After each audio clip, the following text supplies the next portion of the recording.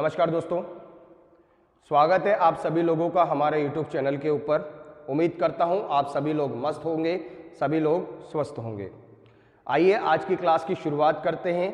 आज की क्लास के अंदर हम लोग जिस टॉपिक के बारे में बात करेंगे वो टॉपिक बेसिकली हम लोगों का क्या रहने वाला है, हाउ टू असिस्ट डिहाइड्रेशन। जी हाँ, किसी पेशेंट के अंदर डिहाइड्रेशन को किस तरह से असिस्ट किया जाता है, या फिर पेशेंट के अंदर डिहाइड्रेशन कौन सी कैटेगरी का है, क्या वो माइल्ड कैटेगरी का डिहाइड्रेशन है, क्या वो मॉडरेट कैटेगरी का डिहाइड्रेशन है, या फिर क्या उस पेशेंट के अंदर वो सीवियर कैटेगरी का डिहाइड्रेशन है। तो आज का जो लेक्चर रहेगा, आज की जो क्लास रहेगी वो बेसिकली डिहाइड्रेशन के असेसमेंट के ऊपर ही रहेगी। चलिएगा बात करते हैं। किसी भी पेशेंट के अंदर डिहाइड्रेशन को असिस्ट करने के लिए या किसी भी पेशेंट के अंदर डिहाइड्रेशन की सीवियरिटी को असिस्ट करने के लिए कुछ बेसिक पैरामीटर को चेक किया जाता है। जी हाँ, कुछ बेसिक पैरामीटर को क्या किया जाता है, नोट डाउन किया जाता है, या कुछ बेसिक पैरामीटर को क्या किया जाता है, असिस्ट किया जाता है। वो बेसिक पैरामीटर क्या है बेटा, आपके सेंसोरियम। सबसे पहला बेसिक पैरामीटर क्या है, आपके सेंसोरियम। सेंसोरियम को आप लोग इस तरह से भी जान सकते हैं कि उस पेशेंट के अंदर आप क्या चेक कर रहे हैं, लेवल ऑफ कॉन्शियसनेस। चाहे आप सेंसोरियम बोलें, चाहे आप लेवल ऑफ कॉन्शियसनेस बोलें, दोनों एक ही बात है। तो सबसे पहला किसी पेशेंट के अंदर अगर हम सीवियरिटी ऑफ डिहाइड्रेशन को चेक कर रहे हैं, या किसी पेशेंट के अंदर अगर हम लोग डिहाइड्रेशन को चेक कर रहे हैं, तो सबसे पहले जो पॉइंट आपको चेक ऑन करना है वो पॉइंट क्या है, आपके सेंसोरियम। क्या है, सेंसोरियम या फिर लेवल ऑफ कॉन्शियसनेस। चलिएगा सेकंड पैरामीटर के ऊपर हम लोग चलते हैं। सेकंड पैरामीटर के अंदर आपको क्या देखना है, उस पेशेंट की आई को ऑब्जर्व करना है। जी हाँ, उस पेशेंट की आई को क्या करना है, ऑब्जर्व करना है। अब आई के बाद हम लोग देखेंगे क्या, टीयर्स। तीसरा पैरामीटर क्या रहने वाला है हमारा, टीयर्स। उसी तरीके से चौथा पैरामीटर क्या रहने वाला है हमारा, माउथ या फिर टंग। एक बार फिर नोट डाउन करवा रहा हूं। सबसे पहला पैरामीटर हम लोगों का रहेगा सेंसोरियम या फिर level of consciousness. Second one parameter हम लोगों का रहेगा आई। थर्ड वन पैरामीटर हम लोगों का रहेगा टीयर्स। फोर्थ वन पैरामीटर जो हम लोगों का रहेगा वो क्या रहेगा, mouth and tongue. Next one parameter dehydration के अंदर जो हम लोग चेक करेंगे वो चेक क्या करेंगे, intensity of thrust. Intensity of thrust मतलब प्यास, इस चीज को हम लोग चेक करेंगे। And last one and most important parameter जो डिहाइड्रेशन के अंदर चेक किया जाता है वो क्या रहने वाला है, स्किन पिंच। जी हाँ, मेनली डिहाइड्रेशन के अंदर इन सभी पैरामीटर को क्या किया जाता है, असिस्ट किया जाता है। चाहे वो सेंसोरियम हो, चाहे वो आइस हो, चाहे वो टीयर्स हो, या किसी पेशेंट का माउथ हो, या किसी पेशेंट की टंग हो, या थ्रस्ट हो, या स्किन पिंच हो। पर अगर बेसिक मोस्ट इंपॉर्टेंट पैरामीटर की अगर बात कर ली जाए कि किसी पेशेंट के अंदर मोस्टली डिहाइड्रेशन की सीवियरिटी को असिस्ट करने के लिए सबसे बेस्ट इंडिकेटर क्या है, तो बेस्ट इंडिकेटर क्या होता है बेटा, आपका skin pinch. Second one sensorium. Second one sensorium. तो आज की क्लास के अंदर हम लोग देखेंगे कि किस तरीके से इन पैरामीटर का यूज करते हुए डिहाइड्रेशन की सीवियरिटी को असिस्ट किया जाता है। इसके लिए सबसे पहले हम लोगों ने डिहाइड्रेशन को तीन कैटेगरी के अंदर क्या किया गया है, डिवाइड किया गया है। सबसे फर्स्ट वन कैटेगरी आता है आपके normal dehydration. Second one category आता है आप लोगों के mild dehydration. And third category के अंदर क्या आता है आप लोगों का, सीवियर डिहाइड्रेशन। जी हाँ, डिहाइड्रेशन की सीवियरिटी को असिस्ट करने के लिए सबसे पहला काम हम लोगों ने क्या किया है कि डिहाइड्रेशन को तीन कैटेगरी के अंदर हम लोगों ने बांटा है। सबसे पहला normal dehydration, second one mild dehydration, and third one जो कैटेगरी है आपकी वो क्या है, सीवियर डिहाइड्रेशन। आइए इन पैरामीटर का यूज करते हुए इन डिहाइड्रेशन की सीवियरिटी को किस तरह से असिस्ट किया जाता है उसके बारे में हम लोग देखते हैं।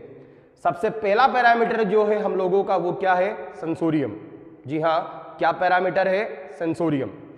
अब किसी पेशेंट के अंदर सेंसोरियम चेक करने के लिए या लेवल ऑफ कॉन्शियसनेस चेक करने के लिए दो टेक्निक्स का यूज किया जाता है।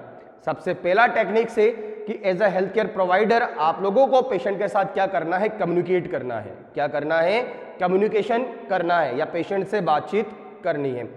सेकंड वन, अगर पेशेंट आपसे एबल नहीं है, फॉर एग्जांपल जैसे मान ले बच्चा छोटा है या कुछ शाई किस्म के पेशेंट हमारे पास आते हैं जो कि सही तरीके से कम्युनिकेट नहीं कर सकते, तो फिर उन पेशेंट के अंदर हम लोग क्या करेंगे, मोटार रिफ्लेक्स को चेक करेंगे।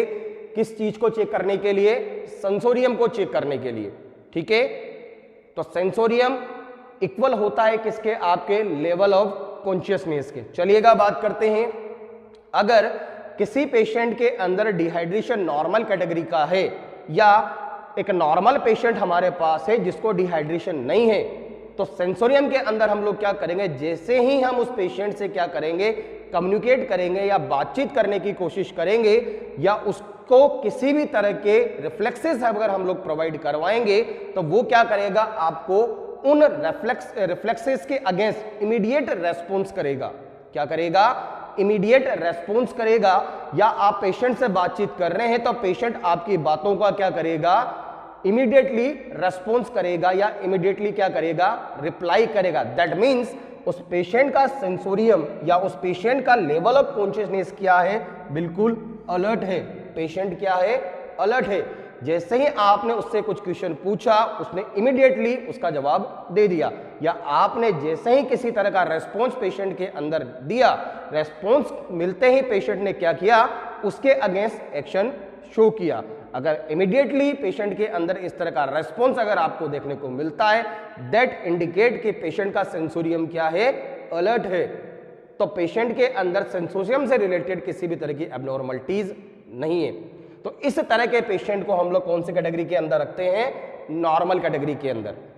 चलिएगा सेकंड कैटेगरी के अंदर हम लोग बढ़ते हैं। सेकंड कैटेगरी आती है आपकी माइल्ड डिहाइड्रेशन। सेकंड कैटेगरी कौन सी आती है, माइल्ड डिहाइड्रेशन। अब माइल्ड डिहाइड्रेशन की कैटेगरी के अंदर किसी पेशेंट के अगर सेंसोरियम को अगर हम लोग चेक कर रहे हैं, तो किस तरह से हमें पता चलेगा कि इसको हम लोग माइल्ड कैटेगरी के अंदर रखते हैं। चलिएगा बात करें, सेंसोरियम चेक करने के लिए अगेन आप पेशेंट से क्या करेंगे, कम्युनिकेट करेंगे। जैसे ही आप पेशेंट से कम्युनिकेट करेंगे या पेशेंट को आप लोग किसी तरह का स्टिमुलस प्रोवाइड करवाएंगे, उस स्टिमुलस के मिलते ही पेशेंट के अंदर अगर रेस्टलेसनेस डेवलप हो जाए, मतलब इजीली आपको पता लग जाएगा। जब पेशेंट को आप लोग देखोगे तो पेशेंट के अंदर हल्की सी आपको क्या देखने को मिलेगी, बेचैनी देखने को मिलेगी।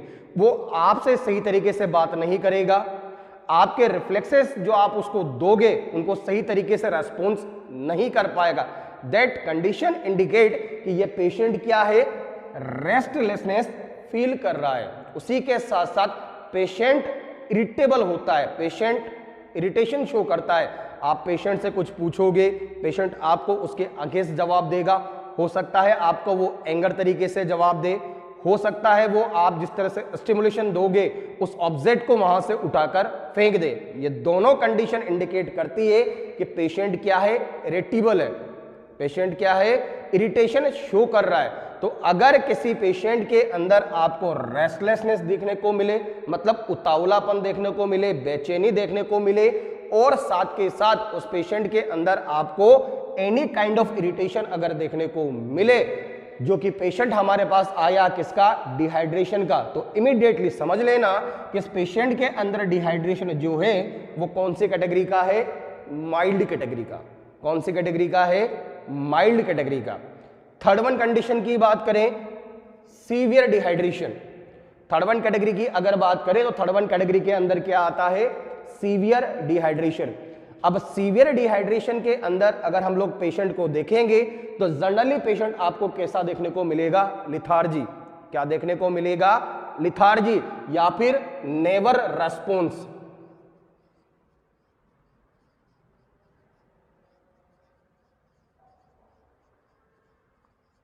क्या देखने को मिलेगा कि या तो पेशेंट आपको लिथार्जिक देखने को मिलेगा, या पेशेंट आप जो उसको स्टिमुलेशन दे रहे हैं, जो आप स्टिमुलेशन प्रोवाइड करवा रहे हैं, उन स्टिमुलेशन के अगेंस्ट किसी भी तरह का रेस्पॉन्स शो नहीं करेगा। अगर रेस्पॉन्स शो नहीं करता है तो उसको इमीडिएटली ट्रीटमेंट की जरूरत है, और उसको कौन सी कैटेगरी के अंदर रखा जाता है, लिथार्जिक कैटेगरी या फिर सीवियर डिहाइड्रेशन कैटेगरी के अंदर रखा जाता है। तो ध्यान रखना, किसी पेशेंट के अंदर अगर आप डिहाइड्रेशन को अंदर अगर सेंसोरियम को असिस्ट कर रहे हैं या सेंसोरियम के अंदर आपको अल्ट्रेशन मिलता है तो इन कैटेगरी के अंदर पेशेंट को हम लोग रख सकते हैं। अगर इमीडिएट रेस्पॉन्स करता है मतलब प्रॉपर अलर्ट है तो डिहाइड्रेशन नहीं है या बिल्कुल हल्के तरह का डिहाइड्रेशन उसको है। अगर पेशेंट के अंदर रेस्टलेसनेस आपको देखने को मिलता है, इरिटेशन आपको देखने को मिलता है, that one a mild category dehydration. और उसी तरीके से अगर पेशेंट आपको लिथार्जिक देखने को मिलता है, अनरेस्पॉन्सिव देखने को मिलता है, the death category is a severe dehydration. ठीक है, सेकंड पैरामीटर की बात करें बेटा तो सेकंड पैरामीटर के अंदर हम लोग किसको देखते हैं? आई को। सेकंड पैरामीटर के अंदर हम लोग किसको देखते हैं? आई को। अब आई के अंदर हम लोग दो चीजों को देखेंगे। सबसे पहली चीज क्या करेंगे? आंख की या आई की नॉर्मल साइज को देखेंगे एंड सेकंड वन ड्राइनेस को देखेंगे। क्या देखेंगे? ड्राइनेस को देखेंगे। अब किसी भी पेशेंट के अंदर अगर हम लोग डिहाइड्रेशन से रिलेटेड आई का एग्जामिनेशन अगर कर रहे हैं तो फर्स्ट वन कंडीशन के अंदर देखा जाता है आपकी क्या? Size of I. Normal condition है, किसी तरह का डिहाइड्रेटेड पेशेंट नहीं है तो उस पेशेंट के अंदर आपको आई की साइज एंड शेप बिल्कुल नॉर्मल तरीके की देखने को मिलेगी। क्या मिलेगी? नॉर्मल तरीके की देखने को मिलेगी। और ध्यान रखना उस पेशेंट के अंदर क्या होगा? टीयर्स जो होंगे यानी कि आंसू जो होंगे वो जनरली क्या होंगे? प्रेजेंट होंगे। क्या होंगे? जनरली प्रेजेंट होंगे। जैसे जैसे सीवियरिटी ऑफ डिहाइड्रेशन बढ़ता जाएगा, ध्यान रखना, जैसे जैसे सीवियरिटी ऑफ डिहाइड्रेशन बढ़ता जाएगा आंखों का आकार, आंखों की साइज छोटी होती चली जाएगी, साथ के साथ उसकी बॉडी के अंदर से या उसकी आंखों के अंदर से टीयर का प्रोडक्शन धीरे धीरे क्या होता जाएगा? कम होता जाएगा। तो ध्यान रखना कि अगर नॉर्मल कैटेगरी का पेशेंट होता है जिसके अंदर डिहाइड्रेशन नहीं है या फिर काफी हल्के टाइप का या नॉर्मल टाइप का डिहाइड्रेशन है तो उस पेशेंट के अंदर अगर हम लोग आंख का असेसमेंट कर रहे हैं तो नॉर्मली आंख जो होगी नॉर्मल साइज एंड शेप की होगी और उस पेशेंट की आंख के अंदर क्या होगा? टीयर्स प्रेजेंट होंगे। सेकंड कैटेगरी आती है आपकी माइल्ड डिहाइड्रेशन। माइल्ड डिहाइड्रेशन के अंदर अगर हम लोग आंखों का असेसमेंट कर रहे हैं, आईज का असेसमेंट कर रहे हैं तो उस कैटेगरी के अंदर हम लोग क्या करेंगे कि साइज जो होगी आंख की वो क्या हो जाएगी? सिकुड़ने लग जाएगी, मतलब कॉन्ट्रैक्ट होने लग जाएगी। ये इंडिकेशन देगा कि इस पेशेंट के अंदर डिहाइड्रेशन होना स्टार्ट हो चुका है। तो ध्यान रखना माइल्ड कैटेगरी के अंदर आईज की साइज आपको क्या मिलेगी? शंकन मिलेगी। एंड थर्ड वन कैटेगरी के अंदर आपको क्या मिलेगा? टीयर्स जो होंगे या टीयर्स का प्रोडक्शन जो होगा वो एब्सेंट मिलेगा। ध्यान रखना, कई बार क्वेश्चन पूछ लिया जाता है आपसे, कोई भी एग्जामिनर पूछ सकता है, कोई भी आपका सीनियर पूछ सकता है या किसी कंपटीशन एग्जाम आप लोग दे रहे तो वहां पर भी आप लोगों से पूछा जा सकता है कि किस टाइप के डिहाइड्रेशन के अंदर टीयर का प्रोडक्शन जो होता है वो एब्सेंस होता है। तो देखने को मिलना माइल्ड कैटेगरी के अंदर, माइल्ड कैटेगरी का जो डिहाइड्रेशन होता है इसके अंदर टीयर्स का प्रोडक्शन या तो आपको एब्सेंस देखने को मिलेगा या फिर क्या देखने को मिलेगा? अल्टर्ड देखने को मिलेगा।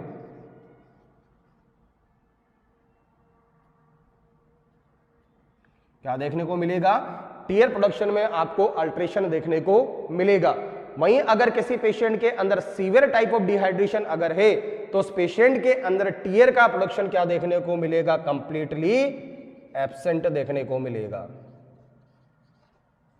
क्या देखने को मिलेगा?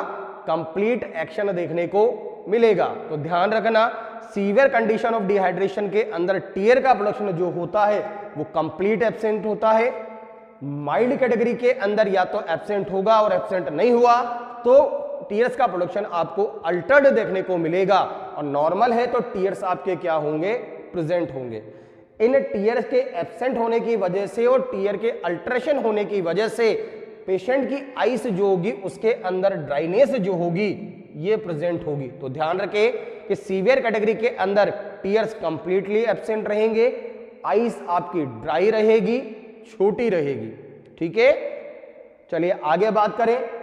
थर्ड वन जो किया जाता है आपके वो किया जाता है ओरल कैविटी का असेसमेंट। जी हाँ, क्या किया जाता है? ओरल कैविटी का असेसमेंट। अब ओरल कैविटी का असेसमेंट जो किया जाता है वो किया जाता है आपके ओरल म्यूकोसा को चेक कर कर, एंड सेकेंड वन आपकी टंग्स को चेक कर कर। अगर किसी पेशेंट के अंदर ओरल कैविटी का एग्जामिनेशन कर रहे हैं, किसके रिगार्डिंगली? डिहाइड्रेशन की सीविटी को असिस करने के रिगार्डिंगली, तो ध्यान दे कि ओरल कैविटी के अंदर हम लोग क्या देखते हैं? Oral mucosa.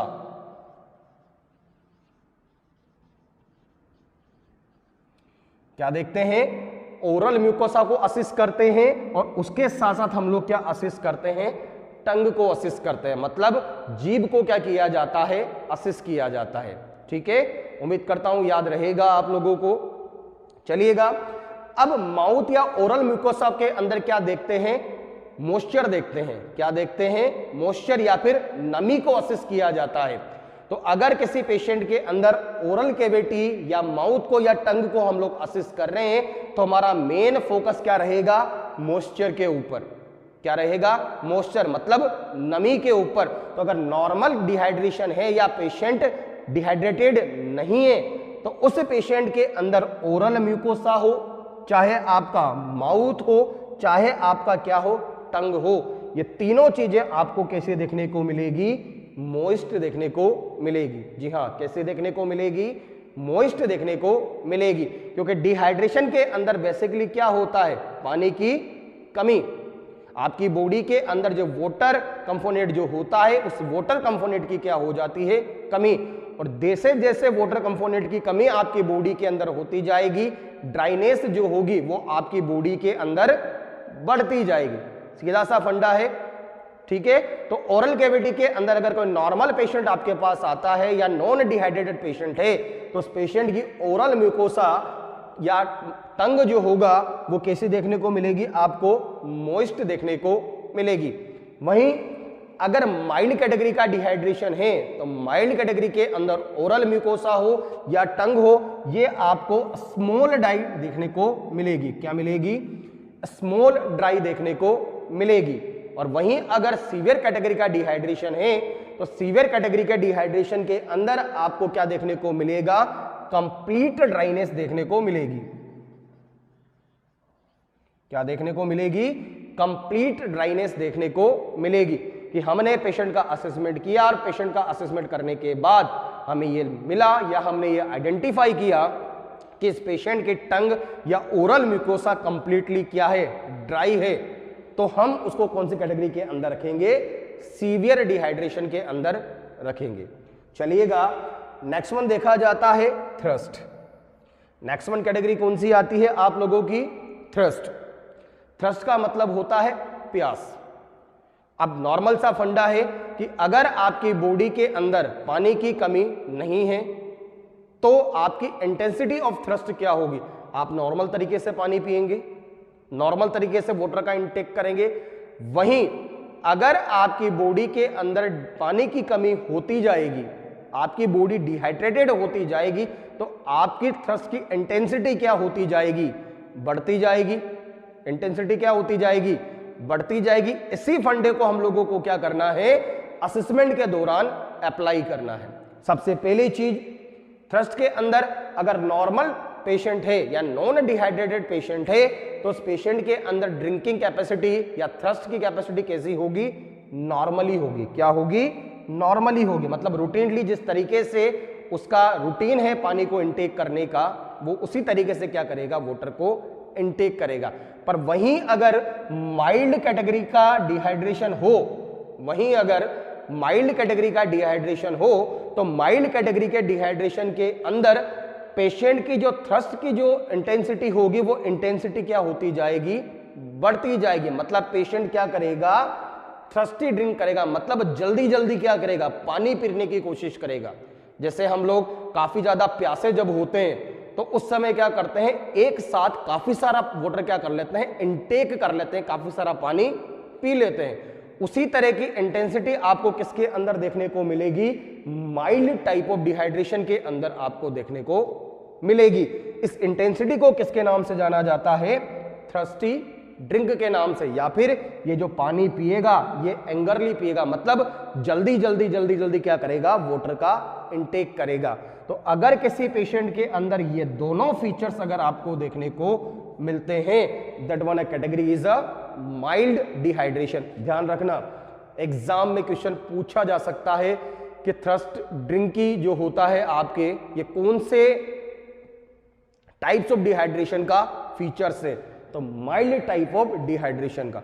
जबकि थर्ड कैटेगरी जो होता है, थर्ड कैटेगरी के अंदर पेशेंट इतना ज्यादा लिथार्जिक हो जाता है, इतना ज्यादा अनरेस्पॉन्सिव हो जाता है कि वो सेल्फ से पानी भी नहीं पी सकता। तो इस पेशेंट के अंदर क्या देखने को मिलता है, कंप्लीटली एब्सेंस ऑफ थ्रस्ट, मतलब इस तरह का पेशेंट पानी पीने के लिए भी क्या नहीं होता, एबल नहीं होता, बिकॉज लॉस ऑफ सेंसोरियम या लॉस ऑफ मोटार फंक्शन। तो ध्यान रखें, थ्रस्ट के रिगार्डिंगली अगर हम लोग असेसमेंट कर रहे हैं डायरिया का, तो नॉर्मल पेशेंट होगा तो नॉर्मल रूटीन के साथ पानी पिएगा। अगर माइल्ड कैटेगरी का डिहाइड्रेशन है तो माइल्ड कैटेगरी के डिहाइड्रेशन के अंदर पेशेंट जल्दी जल्दी पानी पिएगा, मतलब एगरली पानी पिएगा। और अगर सीवियर टाइप ऑफ डिहाइड्रेशन है तो पेशेंट इनेबल होता है रेस्पॉन्स के लिए, तो पेशेंट खुद से पानी नहीं पी सकता। और यहां पर आपको आईवी फ्लूइड या आईवी लाइन पेशेंट के अंदर इंट्रोड्यूस करने पड़ेंगे। लास्ट वन जो असेसमेंट करते हैं हम लोग, करते हैं किसका, स्किन पिंच का। स्किन पिंच का मतलब होता है क्या, पेशेंट की जो स्किन होती है, इस स्किन को पिंच किया जाता है, मतलब हल्का सा दबाया जाता है। दबाने के बाद स्किन को छोड़ा जाता है। जैसे ही हम लोग स्किन को छोड़ेंगे, कितने समय में वो स्किन रिवर्ट बैक आती है अपनी नॉर्मल कंडीशन में। इस चीज को किसके नाम से जाना जाता है, आपके स्किन पिंच के नाम से। तो डिहाइड्रेशन के लिए मोस्ट इंपॉर्टेंट पैरामीटर जो होता है या मोस्ट एक्यूरेट पैरामीटर जो होता है, जो सही तरीके से डिहाइड्रेशन की कंडीशन को या डिहाइड्रेशन के सीवियरिटी को आइडेंटिफाई कर देता है, दैट वन स्किन पिंच। अगर नॉर्मली पेशेंट है तो उसके अंदर स्किन जो होगी या स्किन की जो पिंच होगी जो आपने उठाई है, वो क्विक रेस्पॉन्स करेगी, मतलब आपने दबाई छोड़ी और इमीडिएट क्या होगी, अपनी नॉर्मल पोजीशन के अंदर आ जाएगी। जैसे मी नॉर्मल आ रही है, दबाया छोड़ा, इस तरीके की स्किन की इंटेंसिटी अगर आपको देखने को मिल रही है, दैट मीन्स इंडिकेट करता है कि पेशेंट की स्किन की जो पिंच है वो नॉर्मल है और पेशेंट नॉन डिहाइड्रेटेड है। अब जैसे जैसे पिंच बढ़ती जाएगी, मतलब रिटर्न ऑफ इंटेंसिटी जो होगी वो जैसे जैसे कम होती जाएगी, पेशेंट के अंदर सीवियरिटी बढ़ती जाएगी। वहीं अगर स्किन जो हो रही है, पिंच करने के बाद कुछ समय होल्ड कर रही है, फिर बिल्कुल स्मूथली क्या हो रही है, रिवर्ट बैक आ रही है, this condition is indicate for a mild category dehydration. Mild category dehydration and third category dehydration के अंदर या तो स्किन रिवर्ट बैक आती ही नहीं है, या आती है तो काफी ज्यादा टाइम लेती, मतलब वेरी वेरी स्लोली अपनी रिवर्ट कंडीशन के अंदर आती है। तो इस पैरामीटर के द्वारा हम लोग सीवियरिटी ऑफ डिहाइड्रेशन को पता लगा सकते हैं। एक बार फिर आपको मैं बता दूं, एक क्विकली छोटा सा रिवीजन है। क्या पढ़ रहे हैं, हाउ टू असिस डिहाइड्रेशन या फिर how to assess severity of dehydration. किसी पेशेंट के अंदर सीवियरिटी ऑफ डिहाइड्रेशन को असिस करने के लिए कुछ बेसिक पैरामीटर का यूज किया जाता है। First one parameter is a sensorium, second one parameter is I and tears, third one parameter is a mouth and tongue, fourth one parameter is a thrust and fifth one parameter is a skin pinch. Sensorium related to the consciousness या level of consciousness, इसके अंदर हम लोग क्या check करते हैं, alertness of the patient, proper alert है, no dehydration, irritable या रेस्टलेसनेस फील करता है तो माइल्ड कैटेगरी का dehydration, very very important, lethargic है, अनरेस्पॉन्सिव है, ध्यान रखना, याद रख लेना, लिथार्जिक एंड अनरेस्पॉन्सिव इंफॉर्मेशन जो होती है वो सीवियर डिहाइड्रेशन के अंदर आपको देखने को मिलेगी। Next one category I and tears, अगर नॉर्मल डिहाइड्रेशन है या अनडिहाइड्रेटेड पेशेंट है तो उसके अंदर आई की साइज नॉर्मल रहेगी और टीयर्स प्रेजेंट रहेंगे। जबकि अगर माइल्ड कैटेगरी का डिहाइड्रेशन आता है तो आई की साइज जो होती है वो छोटी हो जाती है और टीयर का प्रोडक्शन क्या हो जाता है, अल्टर्ड देखने को मिलता है, जबकि सीवियर टाइप ऑफ डिहाइड्रेशन के अंदर टीयर्स जो होते हैं ये कंप्लीटली एब्सेंस होते हैं, और टीयर के एब्सेंस होने की वजह से आइस जो होती है वो आपकी ड्राई होती है। नेक्स्ट वन कैटेगरी के अंदर ओरल म्यूकोसा या टंग को असिस्ट किया जाता है। इसके अंदर हम लोग मॉइस्चर को देखते हैं। नॉर्मल डिहाइड्रेशन के अंदर आपका ओरल कैविटी या आपकी टंग जो होती है ये मॉइस्ट होती है। जैसे जैसे सीवियरिटी बढ़ती जाएगी ड्राइनेस जो होती है वो आती जाती है। थर्ड कैटेगरी के अंदर जो होता है यानी सीवियर डिहाइड्रेशन के अंदर ओरल म्यूकोसा कंप्लीटली क्या हो जाती है, ड्राई हो जाती है। वहीं थ्रस्ट, नॉर्मल रूटीन से अगर पेशेंट पानी पी रहा है नॉट डिहाइड्रेटेड, अगर प्यासा पानी पीने के लिए अत्यधिक उत्सुक है, जल्दी जल्दी पानी पी रहा है, दैट मीन्स एगरली पानी पी रहा है, या थर्स्टी नेचर शो कर रहा है, that one mild type of dehydration. And severe type of dehydration के अंदर वो कंप्लीटली इनेबल होता है due to the loss of sensorium, due to the loss of sensorium, कि वो अपने आप से क्या कर सके, पानी को पी सके। वहीं most important parameter skin pinch, normal है तो क्विकली बैक आएगी, माइल्ड कैटेगरी का है तो स्लोली बैक आएगी, एंड थर्ड वन अगर सीवियर कैटेगरी का है तो स्किन या तो रिवर्ट बैक नहीं आएगी, या अगर रिवर्ट बैक आएगी तो काफी ज्यादा टाइम लगाएगी। ठीक है, यहां पर एक चीज और बता दूं, डिहाइड्रेशन को असिस्ट करने के लिए बेस्ट पैरामीटर जो होता है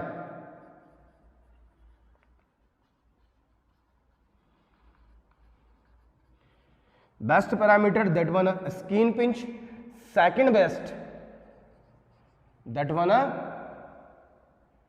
sensorium, and third one best is assessment of oral mucosa. ठीक है, इन सभी चीजों को किस तरीके से असिस्ट कर सकते हैं और आप लोग इजीली क्या कर सकते हैं, पेशेंट के अंदर डिहाइड्रेशन को कैटेगराइज कर सकते हैं। उम्मीद करता हूं आज का जो छोटा सा टॉपिक है आप लोगों को पसंद आया होगा और पसंद आएगा। ठीक है, आपके कमेंट्स कमेंट बॉक्स के अंदर छोड़ दें, हमें आपके कमेंट्स की, आपके लाइक की काफ़ी ज़्यादा ज़रूरत है। वीडियो पसंद आया हो लाइक करें, वीडियो पसंद नहीं आया हो डिसलाइक करें। आपके रेस्पॉन्स की हमें काफ़ी ज़्यादा ज़रूरत है। Thank you.